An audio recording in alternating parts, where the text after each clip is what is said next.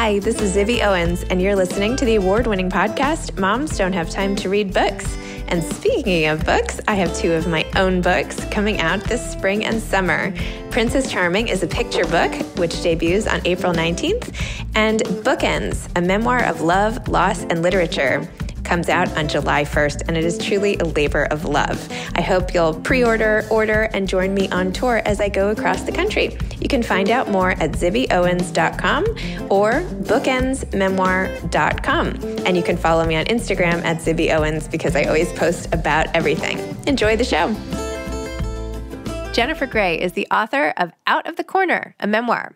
She is best known for her iconic portrayal of Baby opposite Patrick Swayze in the beloved classic Dirty Dancing, which earned her a Golden Globe nomination for Best Actress. By the way, I literally saw Dirty Dancing in the theaters 7 times when it came out, not to mention the bazillion times I've seen it since. Her numerous film, television, and theater credits span decades, including starring roles in Zoe Trope's sailing masterpiece Wind, singing a duet alongside Madonna in Bloodhounds on Broadway, as a guerrilla fighter in John Milius's Red Dawn, her Ace Award-nominated taxi dancer in Peter Bogdanovich's episode of the Showtime series Fallen Angels. Grey is currently teaming up with Lionsgate on the long-awaited sequel of Dirty Dancing, which she will star in and executive produce, and for which I cannot wait. Welcome, Jennifer. Thank you so much for coming on Moms Don't Have Time to Read Books. I'm so excited to talk about your memoir. I know. I'm so excited to talk about it, too. I'm so excited that you finally got to know what it was I was talking about all that time. Seriously. Oh my gosh. I know. Make that happen. It's not easy. I mean, you put so much in. I mean, it was beautifully done and so much. Sometimes it's hard to find the right container for all the different stories, right? You've had such diverse experiences and with so many different characters and everything. How do you feel having gotten to the end of this project? I think it's been one of the best experiences of my life. Kind of like having a baby, like when you're doing it, you're like, what the hell is going on? And then afterwards, you're like, I'd do it again.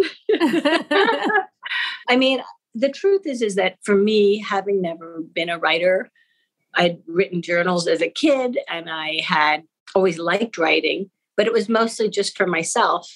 And I had this really, really minimal amount of memories, really like scattershot. Is that the expression? Scattershot? Yeah. It was just not, there was not a lot of, I didn't have a contiguous through line. I just had these like slides of memories. I mean, it was never like this happened and that happened and that happened. It was more like, well, let me just get down on my computer with these 2 fingers, because I don't even type, like these 2, FU fingers, really slowly, which made me actually take my time because of how slow I am with a computer, that I would just try to get what I knew out. And once I got what I knew out, then I would just put it aside. And then I would just get the next thing that I could remember. And they were very much, I have a very synesthetic memory. My memories are not who made dinner and who played with me. It was more like I remember the texture of the corduroy, the ribbing on the corduroy dress in that photograph, or I remember the texture of the wallpaper that was silver with kind of matte, chalky white design on it. I was like, well, that's not going to make a very good book. I'd be like, okay. And then I would just do it in little dreamlike, just little snapshots. And then I almost felt like it started to meet me. The book started to like give me more. And like, I remember when I was first thinking, maybe I should try writing. I read the Anne Lamott book, The Bird by Bird, and she talks about school lunches. Do you remember that? Sort of, yes. She would say, start with what you had in your school lunch. And I'd be like, oh. And then you're concentrating on this really, really minute detail. And then it almost opens up. Like I picture it like a pomegranate. And in my head, my brain, my memory bank are just all of those little pods. And they're all juicy and they're all intact. They're all mashed together. And that's how I just see it. And all of a sudden I would just, like pod by pod, like bird by bird, I would notice things being revealed to me without me pushing on the door.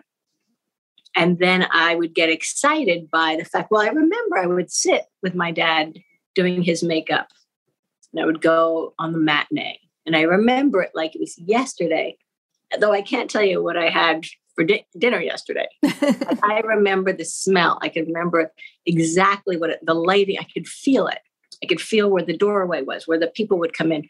And yet I can't remember so many things. So I just tried to let myself be as odd and stop judging and deciding it was odd.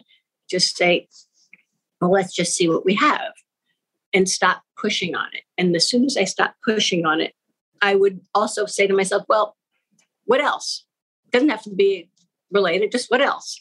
Well, I remember, oh, that was bad.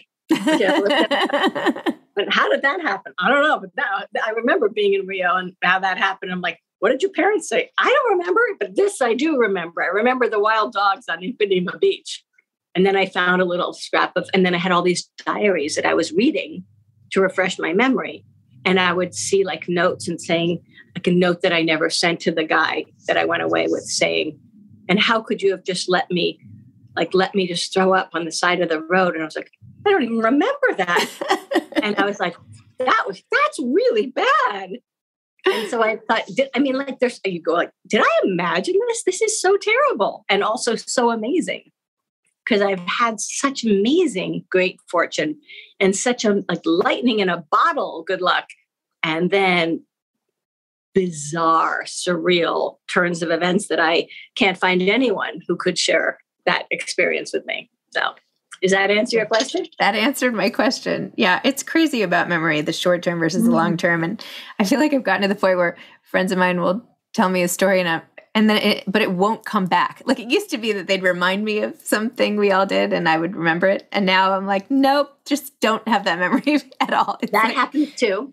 Oh but then all of a sudden I can all of a sudden think about like the party in East Hampton where everyone was, making out and everyone was getting stoned. And I can just, all of a sudden I could hear the crinkle of the Pepperidge Farm paper that was all pleated. That would sit. I love that. Or like I could feel like the tin of the banana cake with the buttercream frosting. Yep. Right. And how moist it was.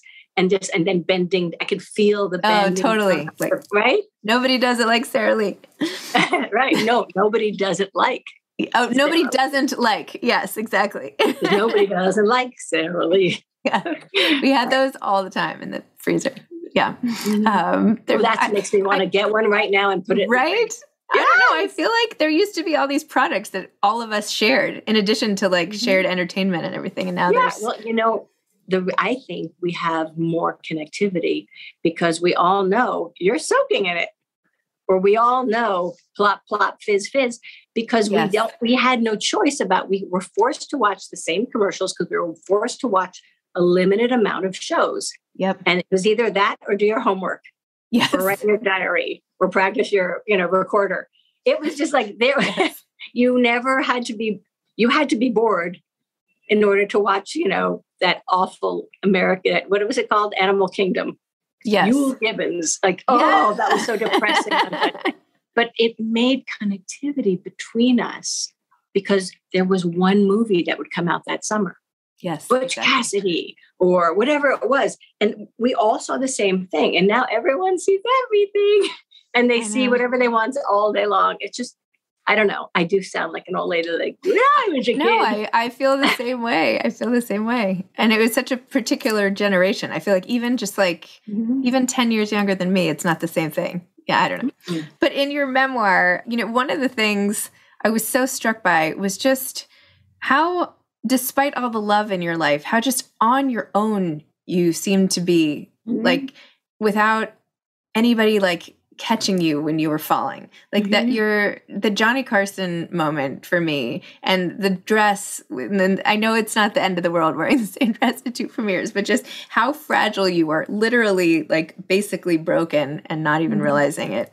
And then having to be thrust into all these situations and just Who was like taking care of you? How do you get over that? And obviously you made it through and all of that, but I don't know, my heart just kind of went out to you. You think that in these moments, they're like the best moments of someone's life, and yet it could be the exact opposite. Well, especially because 10 days before I had just been in the car accident. Yeah. I would think that I would have extra special kid gloves. Yes. And a lot of people showing up and offering me clothes or lending me money or taking me shopping. It was culturally the generational shift of what it was like to be a mom and dad in those days was very different, obviously. I mean, my parents we were super close, almost too all over me, right? Which created the individuating rebellion that had to ensue to it's the natural course of things, goes from child to adult. But my parents, when they would go to Europe, they would go for weeks, maybe. And they would be like, we're going to call collect on Sunday nights, be home. I was like, okay. And then we'd wait for the call and we'd get the call, but they would like come back. They would do little like, let's, stand on this and we'll put an outline on your foot so we can get you shoes. And they'd come back with like presents from Italy or whatever, little matchbooks from the Greedy Palace or whatever. But there was a lot of them doing their own thing, which was really considered, they weren't even socialites the way some of my other friends were socialites. But they had a big career and they went away on vacations without us. And I was, taking the bus to school. I was starting probably very early in grade school, like for third grade, I would take the crosstown bus and then I'd take the Fifth Avenue bus to go to the Fleming School. So it was considered, I remember being walked to the bus the first few times, getting my bus pass, and just traveling the city by myself as a kid.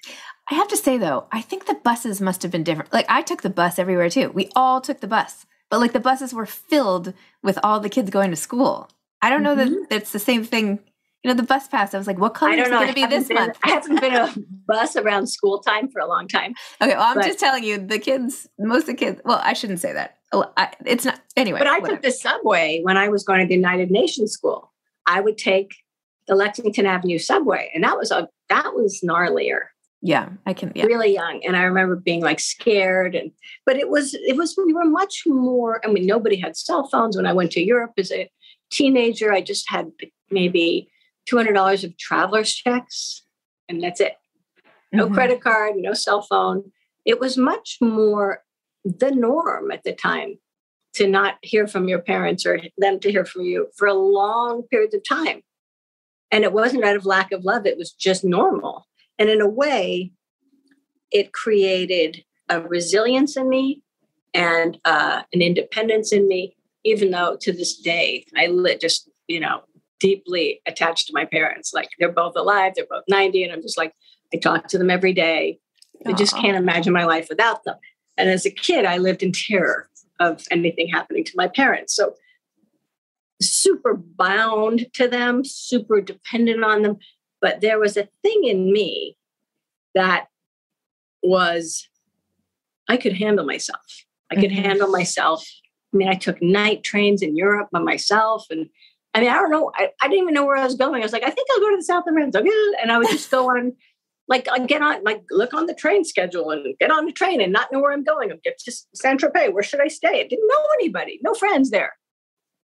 Like, that's pretty, I don't know. I just can't imagine. Yeah. My child knowing. It's just different. It was a time when travel was different, and it didn't feel like we didn't know we could have a phone. There was the pensione with the one, with the ring. Yes. And you're like, hi, I'm okay. I've got more travel. Say more job. Oh, you don't have any more? Okay, I'll see you. I'm good. Bye.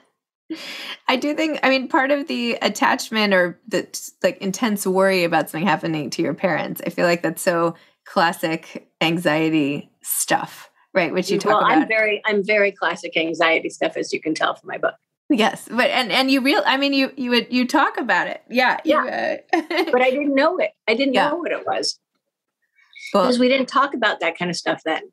I knew there were people who had depression, but I didn't have that. And I didn't know there was any medicine for me. I didn't know I had ADHD. I didn't know I had anxiety. I didn't know that I had auditory processing. And I was like, just like, okay, just going to make this work. Just what do I have to do to get through this? Yeah. Because it was the Wild West compared to now, right? It's so true.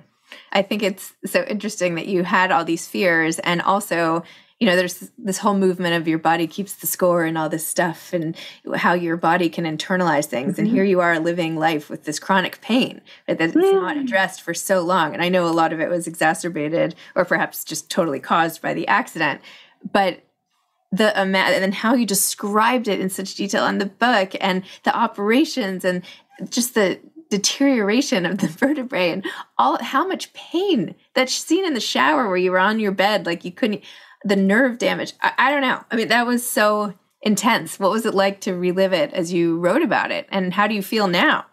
Well, just talking about it makes my neck tight. No, I'm sorry. No, I'm kidding. I have very, very special, I take very special care of my spine now. And I know that there's certain things I can and can't do, but there's certain things I must do. Like I must exercise. Like if my head's like this too long, I have to pull it back. I know that I have to move, that if I don't move, things really get really spasmy. So I just treat myself like, if I was a diabetic, I'd have to shoot myself with insulin. So it's just one of those things that I've learned to care for. Oh, I'm not good in that. I can't, if I'm sitting in a restaurant, I can't sit like this or if I took airplane ride with you, I would have to switch seats halfway through if we were talking, because I can't just sit this. I have to then sit this way. So it's kind of just like special needs that you just start to understand what it needs. But the idea of chronic pain is really so debilitating, because it's like a frog in the water, and it's just, you don't know it's getting hotter until you're too weak to jump out. But you could have jumped out, but it just is incremental. So your world just gets smaller and smaller, and you start just accommodating all of these things to try to figure out how to get out of pain, because pain is our biggest teacher, right? It just tells us what we need. And it usually, for me, it's a really great barometer to know if I'm anxious or unhappy about something and not expressing it. Like I'll just start to feel it, and I'll be like, oh, what are you trying to tell me? Oh, okay. Oh, there's that Sarno book. I actually saw Dr. Sarno, and he's like, your neck's fine. You're angry. I'm like, well, now I'm angry. I just waited like a year to get in with you. But anyway, but what he talks about is really interesting, which is if you are what he calls a good, if you're a good or a pleaser or somebody who thinks about other people's needs ahead of your own, you're more likely to have this particular, he has a name for it, whatever this thing is. And what happens is you're not allowed to be mad. You're not allowed, you're basically trained to not have needs, not be angry. Otherwise, the love will be taken away. And so what happens is if you are mad or you're angry, instead of feeling it or expressing, which is too threatening for your system, your family system or your whatever your ecosystem is that you're swimming in, that if you're a migraine sufferer, let's say, or if you have a neck issue, instead of going, oh, I've got a bad neck, because if I say, oh, I've got a migraine, you'll say, oh, go lay down. Mm-hmm. And I'll never have to tell you I'm mad. Mm-hmm. But if you say to your body, if you say to yourself, I'm feeling this feeling, what am I mad about? Nothing.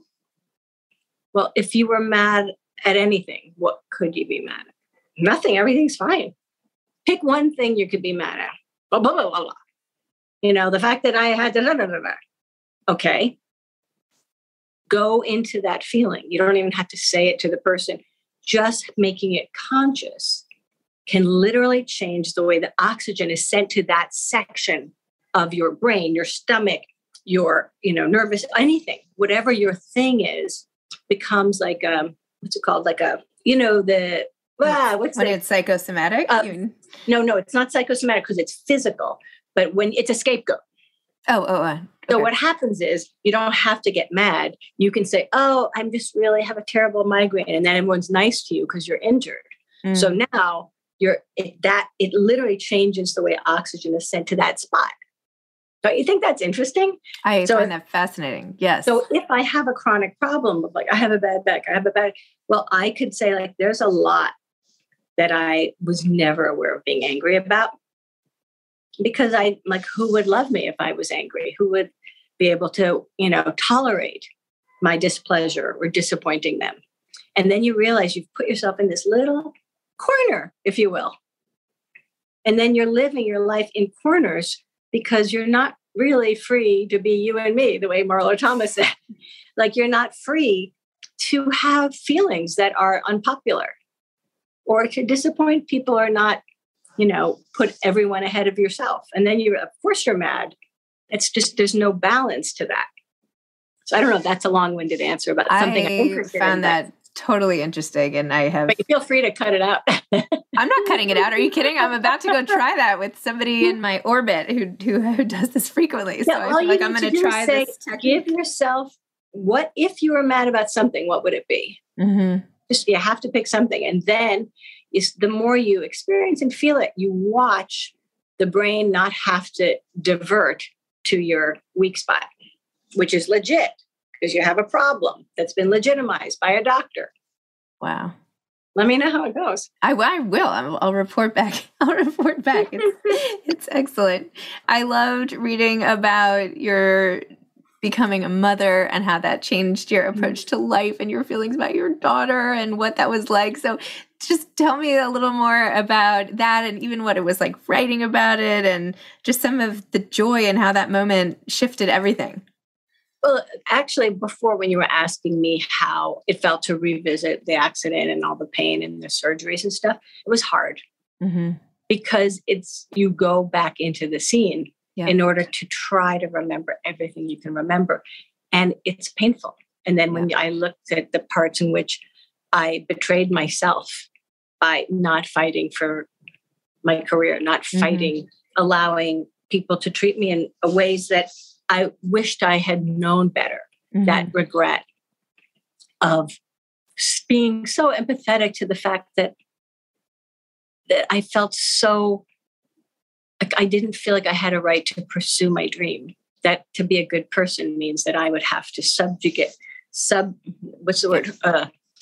No, I would have to capitulate to serve the master of whatever that person is. Usually a man, usually a parent, usually a person that I've just been wired to serve.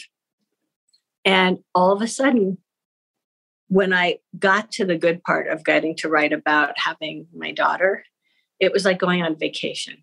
It was like, oh, that's what I had to go through all that for, because all of this stuff that I thought I wanted, whether it was fame, money, or recognition, or people to love me or not, put me in the corner, whatever the thing was, that I had no capacity to change certain things. I felt so stunted and shunted and just every other unted that I could think of. And I got pregnant and it was literally like I was released. And I knew that there was no place that I would rather be. I knew there was no job more important. I wasn't jealous of anyone. I wasn't sad. I'd met this beautiful man who was doing this with me and was like showing up. And I just loved being pregnant. I loved feeling like that's all I need to do right now. And I had the luxury of not having to do a crappy job at the same time. And that I got to luxuriate in recognizing I almost didn't make it. I was 41 when I gave birth and I got pregnant like that naturally. And I didn't even think that was that special because I was in so much denial about the realities. And then, having it be scary that maybe she wasn't okay. And then I realized I don't care about anything else. I don't care about anything else. Just make my baby okay. And to this day, I'm still trying to get a little bit more me-centric, but it's like really intense because the love and the amount of how important it feels that I give her everything that in my power so that she can have a good life to the best of my ability, because there's so much out of my hands, but that I've done a good job. And it's a job that you never can do perfectly, which is really infuriating, is always something I'm not doing perfectly. And that'll learn me. It's the hardest job to do well, isn't it? Consistently. It is impossible. And yet there is always the next day to try again. I feel like that is the saving grace. Right. And there's no end to those chances. And the fact that I literally would be like, today's the day. I'm going to conquer naps or whatever it is. I'm going to get her to get that second nap. Damn it. Or whatever it is. Right. And then they get older and you're like, wow, my job's almost done here. This is intense. Yes. And then you realize how little control you have over any of it, that they're just this soul on their own, doing their thing and on their journey. And just like my parents tried their best and did a great job, same will. She'll be writing some book about me. And I would have said like, wow, man, I really tried just like they did. And I did better. And then she'll do better than me. That's just evolution, in my opinion. Have you talked with her about your book? Has she read it? So I was living with her during the pandemic when I was in earnest writing every day, because I'd started a couple of years ago. But once the pandemic hit, all I was doing was working. And so I would say, hey, can I read you something? Can I read you something? And she'd be like, okay. And I'd see her be like, okay, how long is it? And I'd be like, just a paragraph. And it was always like I was squeezing out a few more, like, it's just a paragraph and I don't want her to see. I'm reading really fast, And she'd be like, wow, that's great. That's great. And I was like, okay, thanks. And then at the end, I said, I really want you to read it. I really feel like I want you to, because I wrote it pretty much for me, but also for her. Mm-hmm. Because I feel like I believe, this is my opinion, that I don't know how much you talk about epigenetics or you understand about epigenetics, but there is so much, in my opinion, expressed genetically, unsaid things that they perceive more than what we tell them. And that if I could give her any more insight or understanding, because she didn't know me as a girl, she didn't know me as a struggling actress, she didn't know me really getting beat up in the romantic world in my adventures. She didn't know that each time I was landing on my feet, a little bit lighter, the cost was great, but that I could continuously learn, continuously get better. She wouldn't know that part of me. So I thought any way I can show her what is in her from, in her genes expressed, the trauma that's expressed in her genes, and the anxiety and all these things, as well as the incredible great stuff I have and the great stuff that my ex-husband has. The other day, so what happened was she said, I don't want to read it until I get the hard copy book because I like to underline and annotate. And I want to annotate and I want the real thing because that's the book I want to give to my kids. Oh, that's so sweet. So the other day she started annotating, underlining. And then she texted me, I'm so proud of you, Mama. And I was like, why? Aww. And then she showed me a picture. She just moved into her own first apartment. And she took a picture of my book sitting at her bedside table. She said, you have so much grace. I said, honey, what? It was like the best day of my life. And she said, I just can't believe that you know how to write a book, that you wrote this. No, she didn't say, she said, I just can't believe how good your book is and how much grace you have. And I said, well, here's the thing, honey. Everything that I have is in you. Oh. And everything amazing about your dad is also in you. Because she's grown up with two famous parents. And that's, having grown up the child of a famous actor, I know that it comes with its own pressure and burden of like, will I ever get to be what they were? Because, it just looks like fairy tale if you're a kid, right? How did that happen? And so I said, because she is so much like me and so much like my ex-husband, I said, because she's a writer. She wants to be an actor. She's, pursuing it. And I said, please start writing, because the best thing you could do is to be able to write material for yourself to act in and not be waiting for someone to give you permission to do what you love. And she's like, I know. I said, I'm telling you, everything that I am, you could do anything I have and better. Same with your dad. You've got really talented, you've got a dad who can write and direct and act and is charming and smart and curious. All of that's in you. I just think it's cool to know. I can see it in her. There's no reason she shouldn't have whatever it is that she decides makes her happy.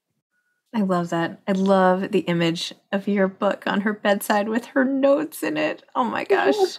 I mean, that's like the dream, right? And to have her be so positive. Oh my gosh. You may have had a lot of bad days of parenting, but I feel like that is the score at the end when you can get to a moment like that. It's like, you know what? It didn't matter about the 2 naps, right? Because here you are. No, it's all about the helicopter shot, It's just like we pull up and we just look and we go, not too shabby. Like this morning, my dad finally got the book. I was asking them to send it to him. And he was like, why haven't I gotten it yet? I called him this morning because he got COVID the other day. Oh, no. And none of us have had it. My ex-husband just got it. My dad just got it right after his 90th birthday. And I just flew in. Oh, no. I'm so excited to see him. And so the book arrived just in time. So he's home isolating. And he was so sweet this morning. He was like, my God, you're writing. And I was like, I can't believe I've lived to have this moment. Like everyone else can say it's shite, but my dad, I just can't. So I've been very protective of it because it's so scary.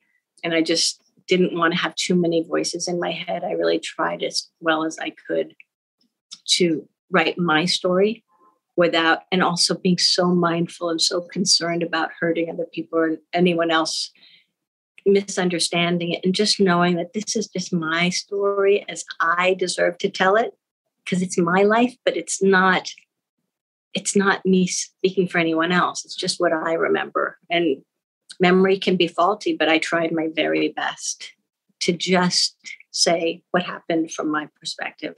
I love it. And the love you felt for your family, it totally came through. I mean, it really did. It was amazing. Congratulations. I'm so glad you read it. Oh yeah. I read every word. I couldn't get enough. I was like, couldn't believe some of the stuff you'd been through, the adventures. I mean, I felt like I went on the wildest ride. It was fabulous. Thank you. The highs, the lows, the trips, your life. And now everybody gets to be in your shoes. And oh my gosh. Anyway, well done. Great job. Congratulations. I hope you get everything you want out of this whole journey of publication. It's kind of there. I mean, to me, the writing of it was such a Herculean effort for me. And the fact that I did it myself. Mm-hmm. And then I have this wonderful editor named Barbara Jones, who I hired the last few months. And we just did really days, hours, just on Zoom, never in person. And she just helped shape it. And I just know, I can't believe I did it. It's a little like a dream. So I kind of feel like the rest of it's, icing on the cake. Well, still. All right. Well, thank you so much. I'm so happy that you read it. And I'm so glad to be here with you. And congratulations on Princess Charming. Oh, thank you. How do you feel? Oh, it's so fun. I love, my kids are so a part of everything. I've been putting my older daughter in the Princess Charming costume and bringing her. Oh my gosh. I'm like, that's my daughter in there. So what does that feel like? Oh, it's great. She's having a blast. The book was really about her. So the fact that she's there literally in the costume about the book that's really about her, it's also like meta. I was going to say it's so meta. Right? But it's been great. But thank you for mentioning. So well, I'm excited for you. I can't wait to see it. Thank you. All right. Well, thank you for coming on Moms No Time to Read Books. And it was a pleasure. I'm just so happy to see you on your podcast instead of in person. Yes, you too. And thank you for being so generous to me when I was feeling so at loss. Man, when you're out there, before you figure it out, like, I don't know, it was just thinking back on it, it's just a lot's happened, but it was all there. I just was like, now it's done. Totally get it. All good. All right. Enjoy your time Thanks. here. Okay. Thanks so much. Bye. Hi, I'm Zibby Owens, and you're listening to the award-winning podcast, Moms Don't Have Time to Read Books. If you like this podcast, you will love my new anthology called Moms Don't Have Time to Have Kids. Check it out, and you'll hear from 49 authors about all sorts of things moms don't have time to do. All the authors have been on this podcast. Also, check out my TikTok @with Zibby and Tracy, my other podcast, Sex Talk with Zibby and Tracy. Check out Moms Don't Have Time to Write on Medium. And of course, my new publishing company called Zibby Books.